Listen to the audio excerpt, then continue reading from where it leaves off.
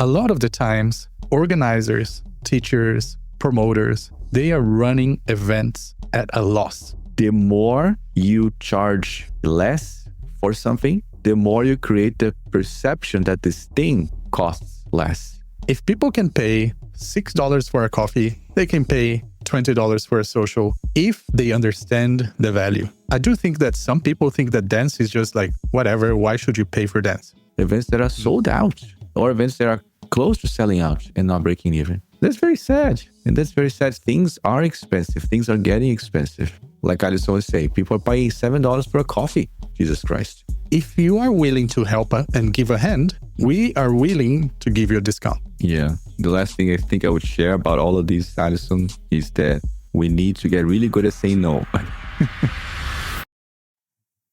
What is the true value of a dance class or social?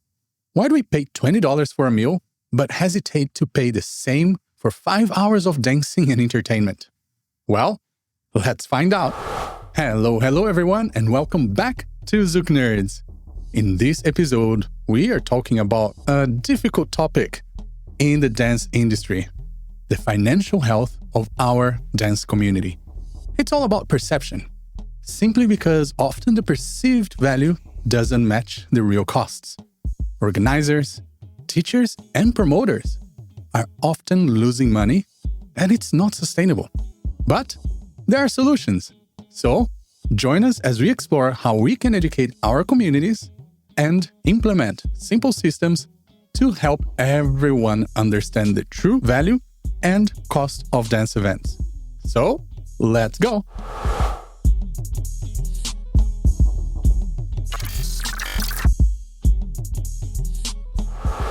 Hello everyone, and welcome back.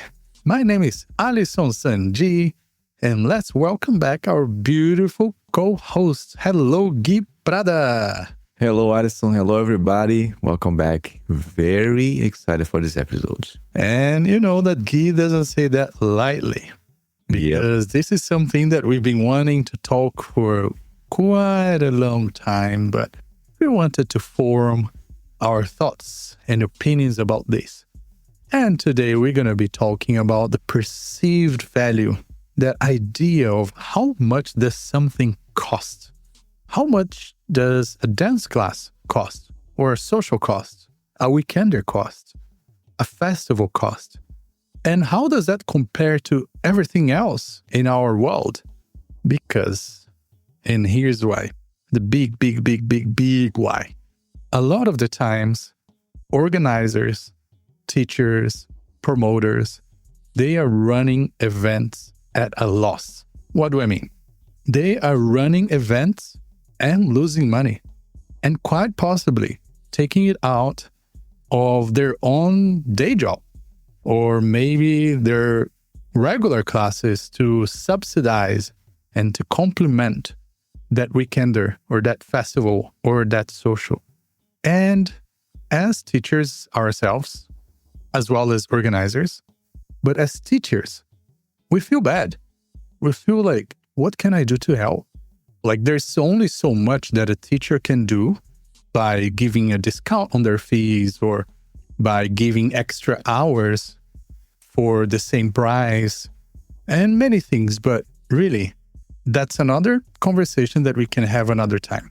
I think today's main topic is really how we educate and how we build a culture to make people understand a little bit more the value of a dance class or of a dance anything. Because to me, it's really mind-boggling when a person wants to come to a social and the social goes for 5 hours with DJ, with beautiful venue, lights, air conditioning, and all of the things. And they think that $20 is too much. Like, you're getting 4-5 hours of entertainment in an industry that runs at a bare minimum in terms of profits, and $20 is too much. But most people would happily go on Uber Eats and order takeout and pay $20 for, I don't know, a burrito plus a drink plus $5 delivery fee plus 25% tip, and it's okay.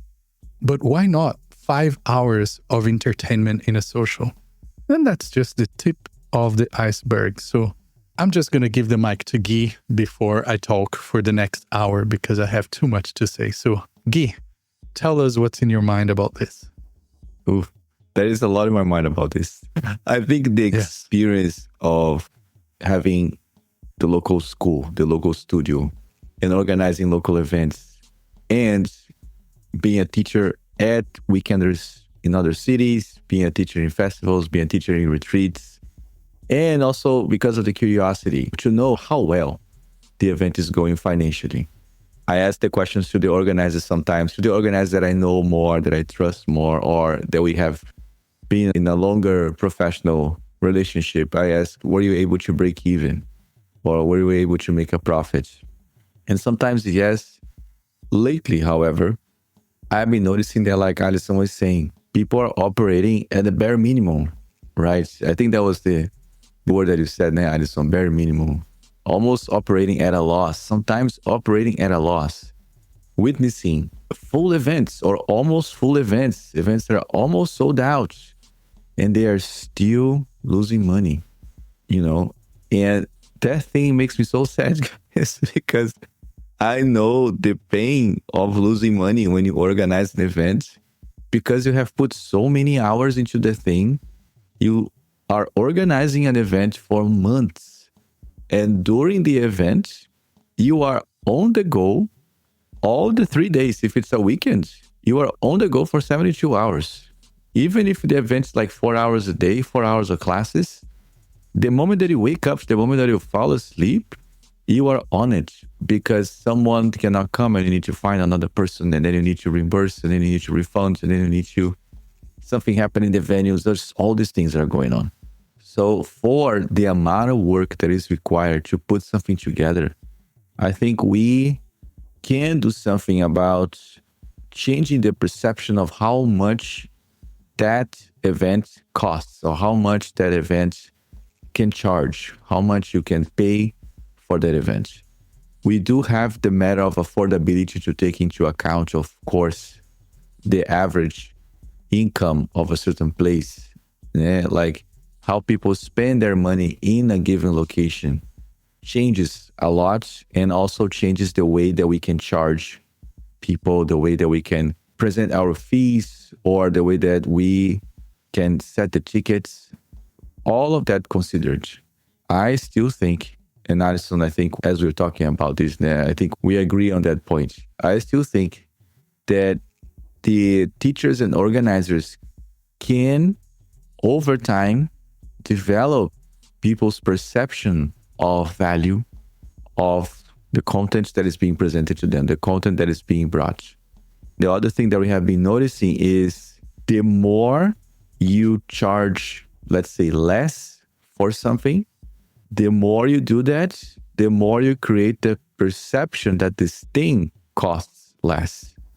So when then you need to charge a little bit more or more, then the people are going to complain. And of course they're going to complain, because for a year you have been charging this much, and then they get used to that amount. And then you charge a little bit more, it's too expensive. And then I'm going to finish here, Alison, for you, so you can talk about this, because I know you are ready. The thing, people here don't pay more than XXX for an event, which I totally understand, completely understand. In our experience, I truly think that we can slowly develop people's perception to see that in this situation, we can charge more. In this intensive here, the way that it's laid out, the way that it's carried out, the way that it's designed, we can charge more. In this weekender here, we can charge less. In this social here, we can charge more. So create this understanding that some things cost more, some things cost less. And then I hope we can all break even, at least break even. And guys, breaking even is basically not paying to have to work. See the absurdity of that. Breaking even is you being 0-0. You worked your ass off and you didn't need to pay. So I think it's only fair that we can at least get some profit, because it's so much work, my people. So much work. So yeah, go ahead, Addison. I'm getting excited too. And just for clarity here for everyone out there, I know a lot of you understand business and you may be very much into entrepreneurship and all of that. But in the dance community, when we're talking about breaking even, we're talking about the organizer taking nothing, zero. Yes. We're not talking about breaking even after the organizer pays themselves. We're talking about just paying for venue, flights, food, artist fees, and whatever is related to the event directly. All of the months of organization, promotion, graphic designing, responding to texts, emails of like, where's the schedule? What time does it start? All of that unpaid to the organizer. We're not talking about breaking even after organizer fees, because most of the organizers in the dance community never even consider that they could make money out of it. A lot of them do this for passion. Yeah. And I know that for myself. Most of the events that I've organized in my life, including festivals like Brazuki, they're all about, I just don't want to lose money. Yeah, that's all. You know, Brazuki is a special case because it is a not-for-profit event. But even weekenders and things that I've organized in the past, they're all just very much like, I don't care all of the time that I have spent on this. As long as I don't have to take any of my other income to put into this, I'm happy because the community is growing, the community is happy, and I always consider that as an investment. But it's not sustainable. It's just not sustainable. So we need to change the way we do things. We need to change the perception of the dance community that if you pay $200 for a festival, why should you pay $200 for a weekender?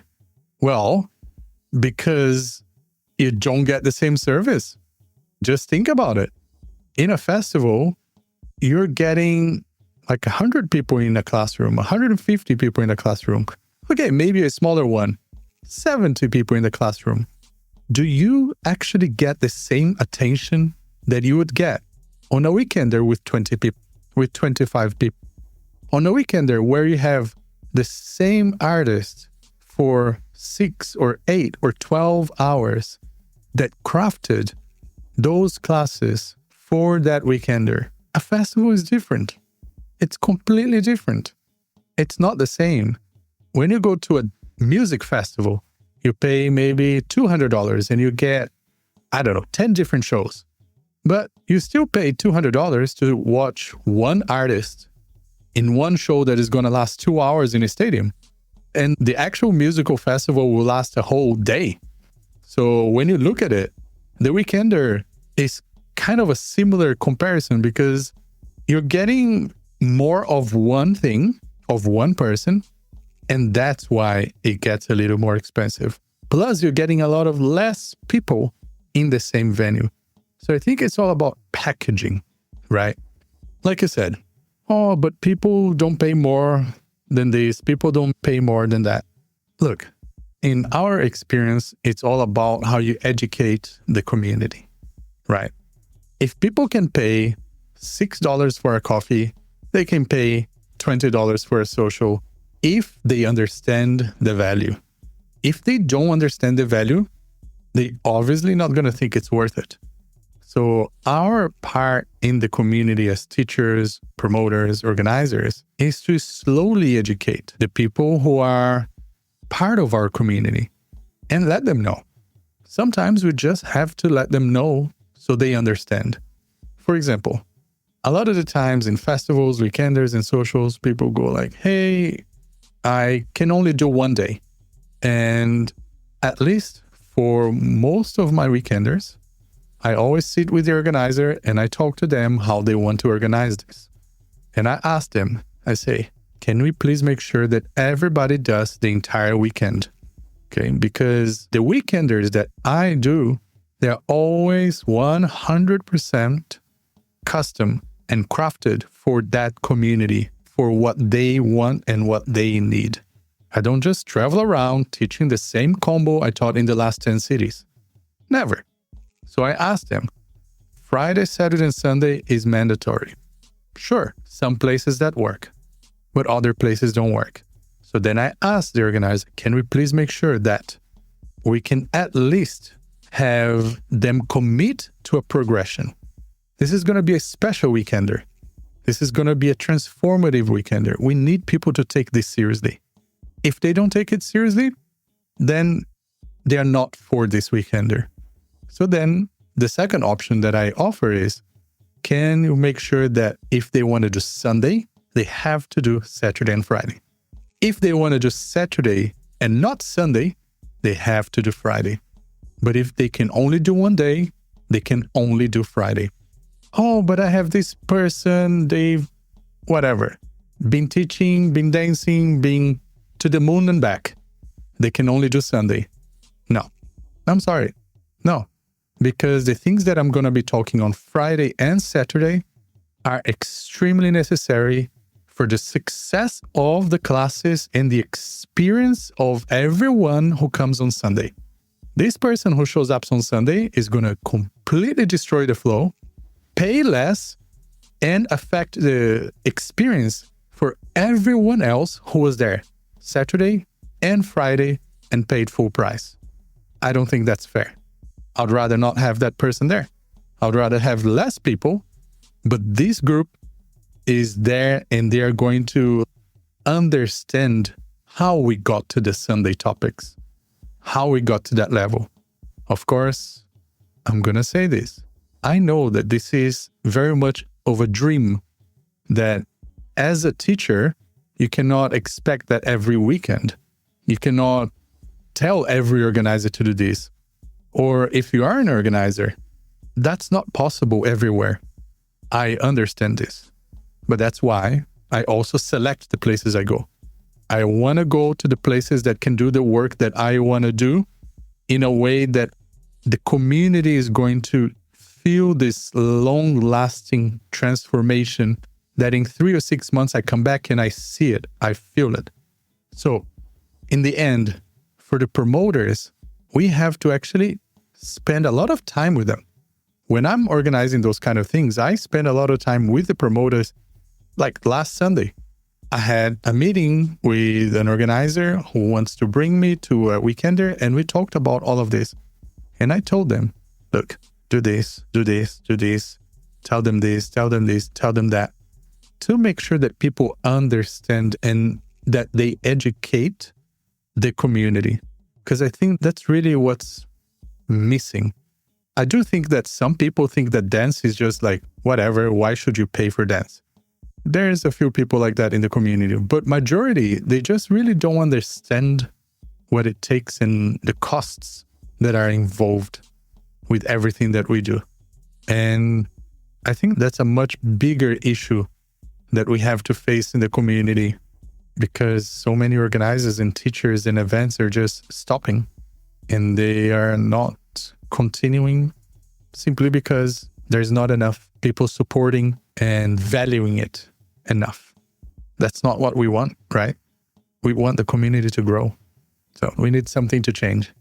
Yeah. And it's one of those things that can be very easily overcorrection.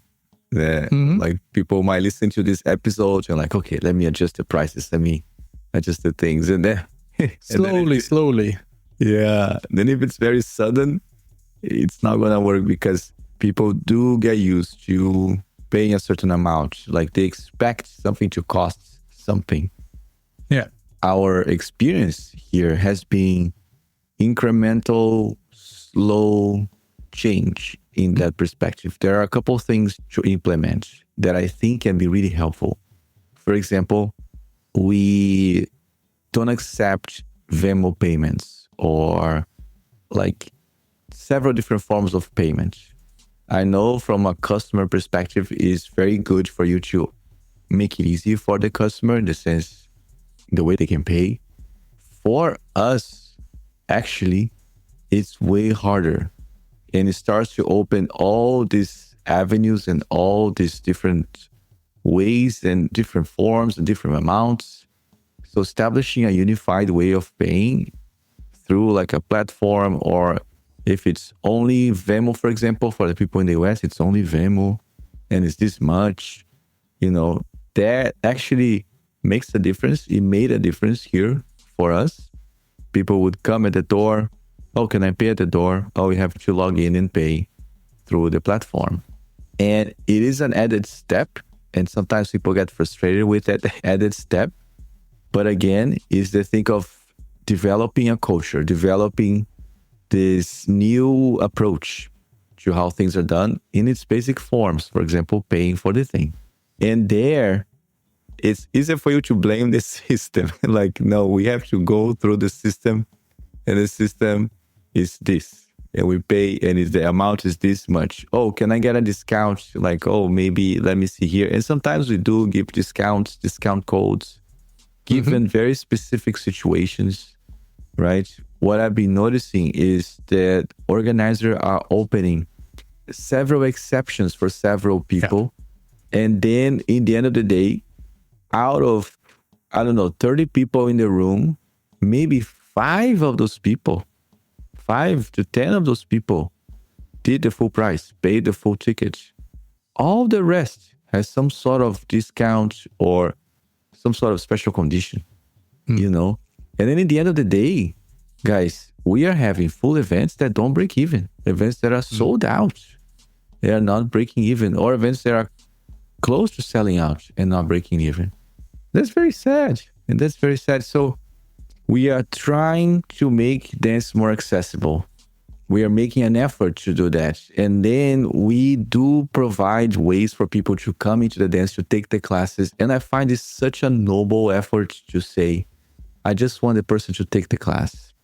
Right now, I don't care if they cannot pay. I just want them to come. And I find that so beautiful.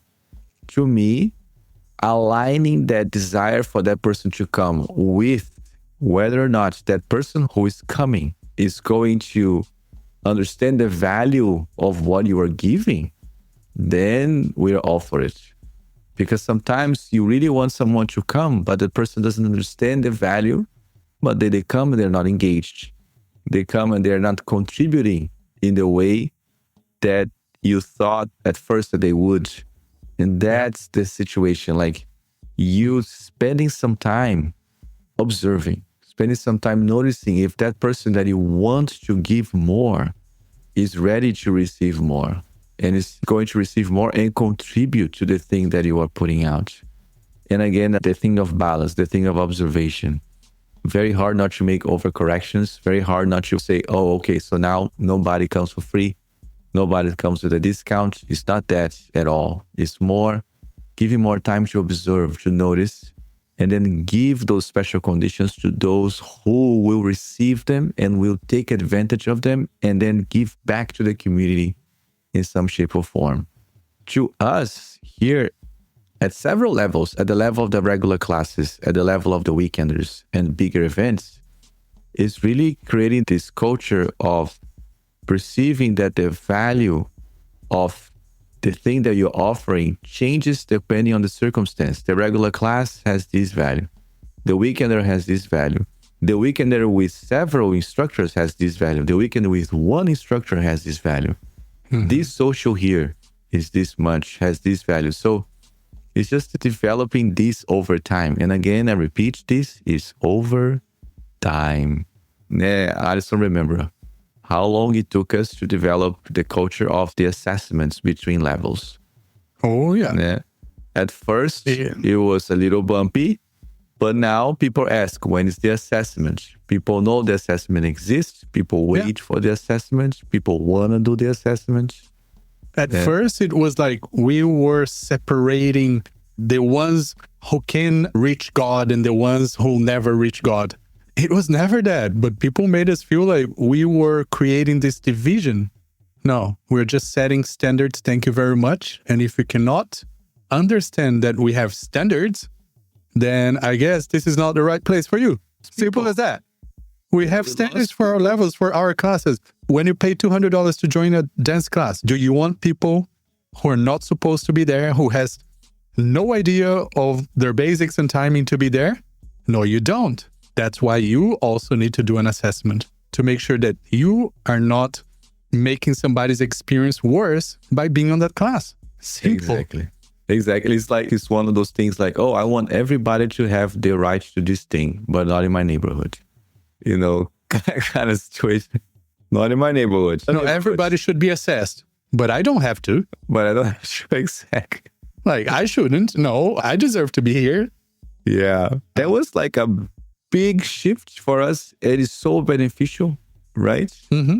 The other thing too, we really stopped, and that might seem a little controversial, people, so hang on, that we really stopped asking people what they want to learn.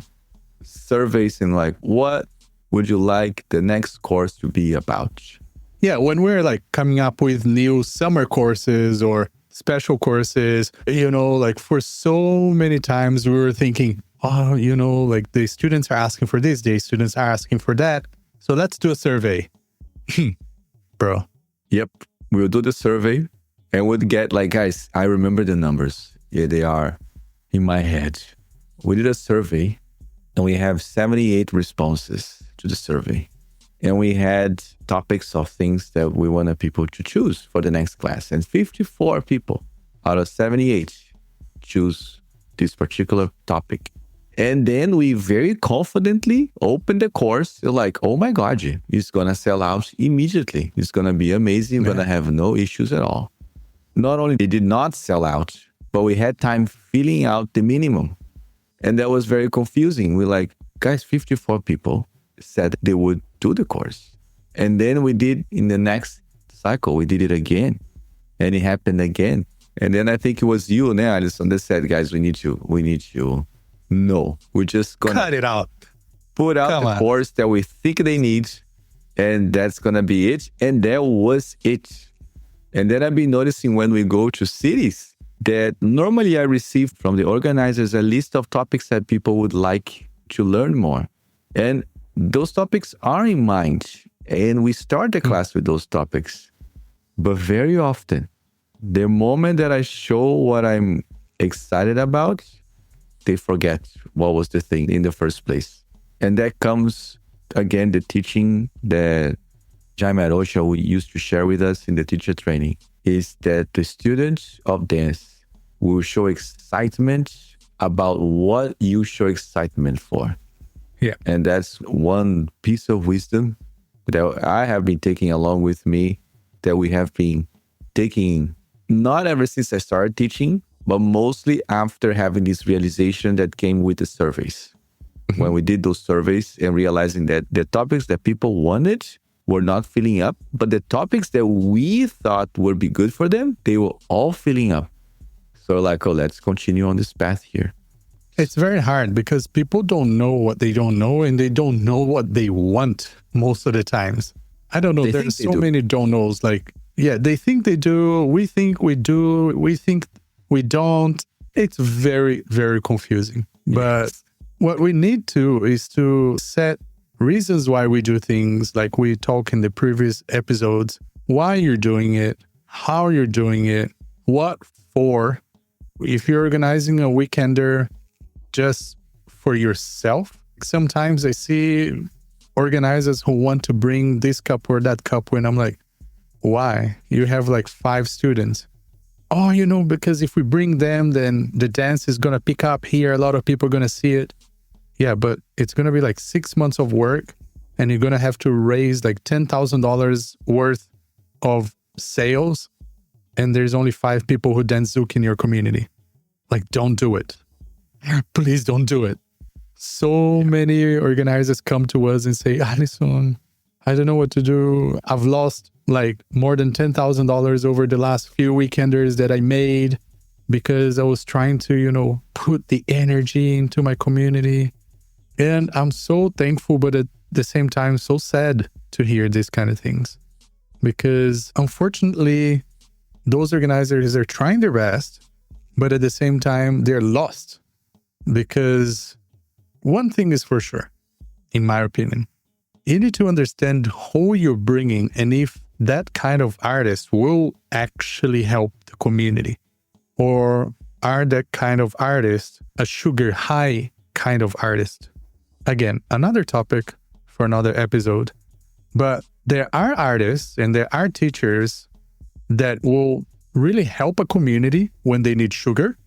And there are artists and teachers that will really help a community when they need the veggies. And as an organizer and as a teacher, you need to know what kind of food your community needs right now. Sometimes they need a little boost. So yes, bringing somebody who's going to teach them some new things and some exciting things that will probably maybe excite them to come back and take classes and train. But if your community is at the very beginnings and they still really haven't found that passion yet, I think you better bring an artist who is going to show the essence of the dance, the essence of partner connection, the essence of what a dance community feels like and why do we love it so much, instead of the sugar high, kind of caffeine high moves. Because these people are still not really fully invested and in love with dance. So different teachers for different purposes, all valid. But I think this is just a little something that I wanted to say that is related more to like a different type of episode. Because I think this episode is really hard to stay like in one track because everything is related. Honestly, this is so hard to stay on track here, guys. Yes, it's a very valuable, very important part of the ecosystem that we have. I think the more we talk here, Alison, I'm noticing the thought that is coming to my head consistently, which is the matter of something done over the course of time, like really taking its time to develop that perception, to develop that awareness. We talked about this in one episode when to grow a community, somebody gets an artist and does a weekender. Does a weekender with the purpose of growing community. We talked about this in one episode before. Yeah. And for us, I think this ties to the perception of value because when you bring someone to spark the growth in the community, really early when the community has 10 people, you don't have the desired effect because you don't have enough people. You simply don't have enough people. And the people who are going to come for the weekend are people who are already aware that the dance exists in the first place. The thing is, when you bring that couple, you already start the process of developing awareness of how much that thing costs. So in the very early days, you're already setting a standard of costs about an event. And then, for example, if it's early days and you only have 5 people, you want them to come. So you might put it very cheap. And so from there, you start developing this thing. Even with the international super famous artists, it's $100 for 10 hours of class, or $70 for 8 hours of class. So you start there, you started developing the perception. In order not to start to what is the expression in English? In Portuguese, is shoot your own foot. No shoot yourself on the foot. Mm-hmm. If you have in mind the long term, and that might be the biggest takeaway, the long term development of the scene. You do offer events like that, and you want them to be doable, feasible. You want not only people to be able to pay for the event, but you also want it to break even and very fairly make profits to pay for the amount of work that you put. From those early days, perceiving, is it the time to bring people? Is it the time to do this? Do I have enough people to do this? And when I do this, I need to realize what is fair to charge to these people and combine the wanting them to come with wanting it to be feasible, wanting it to be doable in the long term. So it's this alignment, guys. We are not saying in any way that it's easy. It's not easy at all. There is not an exact way to verify the fair hourly rate of a class. For example, here, for some time, the class, we used to calculate the cycle, the price of the cycle, the price of 2 months of class based on how much an hour of class would cost. And then some years ago, we started with $18 was the hour of class. And then went to 19, 20, 21, 22. And over the years, with inflation, adjust a little bit to make sense. It got to a point, though, that this amount that we thought it was, high enough was not paying the things. We were like breaking even. So like things are expensive. Things are getting expensive. Like Alisson always say, people are paying $7 for a coffee. Jesus Christ. It's a lot of money for a coffee, my people. Again, not saying that is easy, but it's trying or making the effort collectively maybe to find or to develop the perception that people have of how much is fair to pay for certain things. Like Alison was saying, in a festival, in a congress, you are going there not necessarily to learn in a progressive way, to learn in a consistent way. You go into the festival to get snippets of the big artists, maybe, to get a lot of social dancing, to compete in the Jack and Jills. So you have other things that are attractive about the festival. If you're going to a weekender, that's a high value thing because you are going to get most of the times, in most weekenders that I know, progressive learning, the methodology of these teachers. Yeah. And then you're just basically getting more in terms of learning. You might not get more in terms of social dancing, competing, like variety of people to dance with, a variety of artists to observe, but you are getting a lot of content and a lot of curated content, which tends to be more expensive. Yeah, a curated something more than a non-curated something because somebody took time to carefully trace the progression, to mindfully create a track for people. So I think it's only fair that it costs more, That's it, guys. I think in the end of the day, it takes time. Again, you are not alone in this journey. There are other people that you can talk to. You can talk to us, you can talk to Alison, you can talk to me. You can talk to the organizers in other scenes. I think like a network of support is something that can be beneficial for everybody to be able to continuously provide these opportunities for people to learn. Because in the end, that's what I think it is. A bunch of really passionate people wanting more people to fall in love with what they fell in love with and giving opportunities to them. I think in the end, that's the big motivation that I see. And I find it so beautiful. I just want it to be also sustainable because the people start with a passion and they slowly start losing the passion because it just becomes too hard to keep going. And something that you can do for those people who really deserve that discount or deserve that little help, like there are so many people struggling out there with their bills because there are many instances that for weekenders and for festivals, I will open up an exception here and there for somebody. But here's the thing. You got to give to get. That's my number one rule. Okay, you want to come to the weekender and you cannot pay for the full weekend. Okay, so the problem is money here. Can you help out somehow? Can you do something? Can you come before the party and help me set up? Can you stay after the party, help me clean up?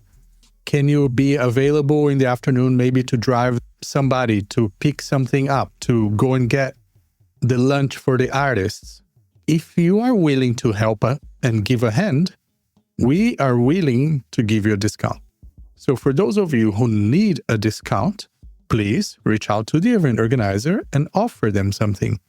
Because a lot of the times the event organizers are already struggling to make that point of like where they feel comfortable enough with the sales. Most of the times they are just losing money.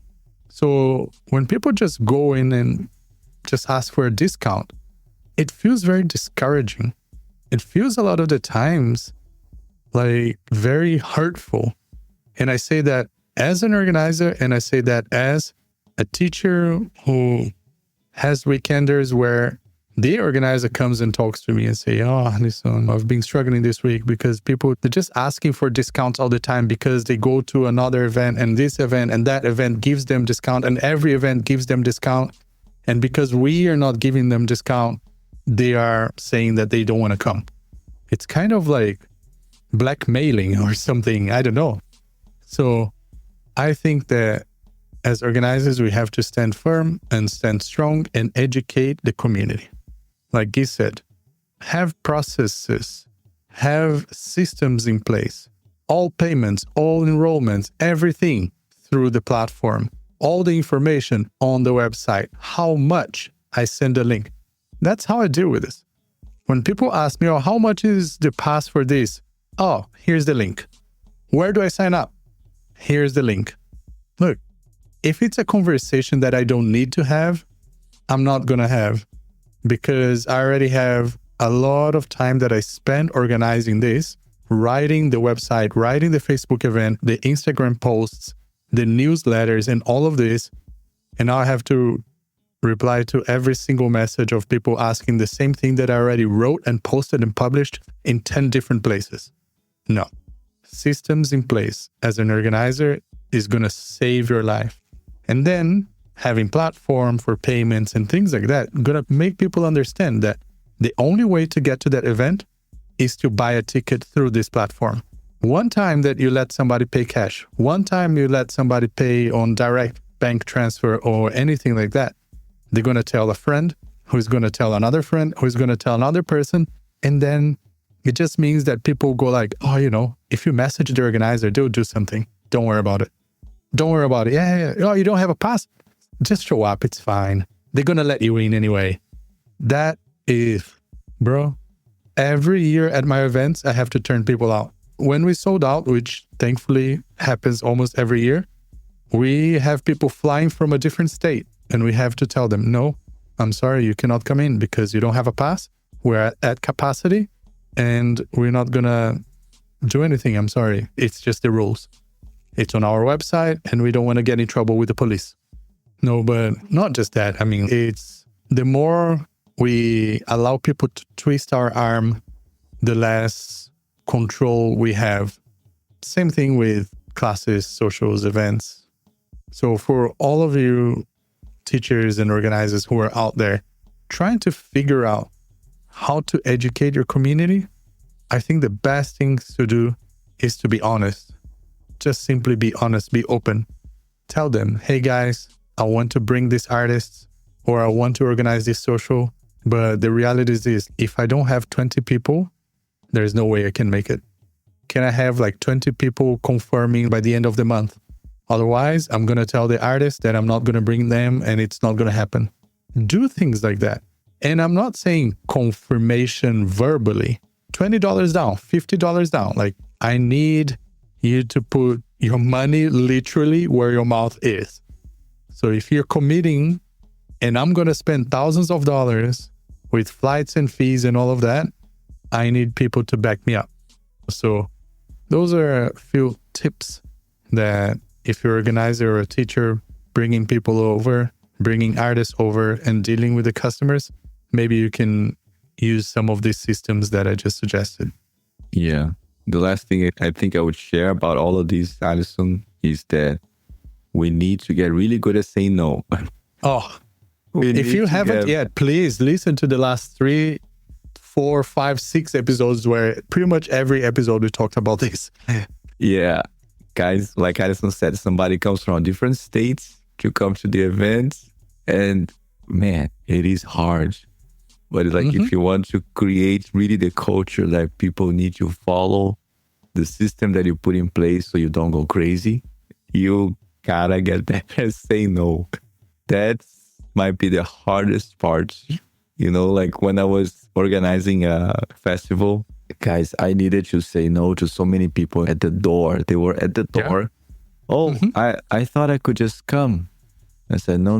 You needed to register on the website and I needed to go through a virtual audition process and then get accepted. Oh, and you needed to like track, right? Yeah. And then it'd be like, no, unfortunately, no. And they would be in front of you saying, please. And you have to look them in the eye and say no. Guys, so hard. It was really difficult. In certain situations, people get really passionate about the fact that they think they can be there. It's their right to go in the event that you are holding, you know? So You have the right to walk on the street. You don't have the right to walk into this business. Exactly. That's it. Last thing, say no. The last thing, don't do this alone. Do not do this alone. You need help. You need people with you to be able to support you in these moments. But when you have the systems in place, when you send the links, the forms, it becomes a lot easier because you do have something established and you make more objective a process that could be otherwise very subjective. Nah. So guys, and again, you're not alone. Cool. You have us. Yes. Listen to our podcasts and reach out to us if you need anything. And with that, we want to once again thank you so much for being here with us. Don't forget to subscribe, follow, like, share, do all the things that you can do to help us, because every time you do that, we get somebody watching for the first time or coming back to ZoukNerds, and it helps the platform to grow. So thank you once again. We hope that you learned something in this episode, and we'll see you on the next one. Beijos, beijos. Abraços. Ciao, people. Bye, everybody. See you next time.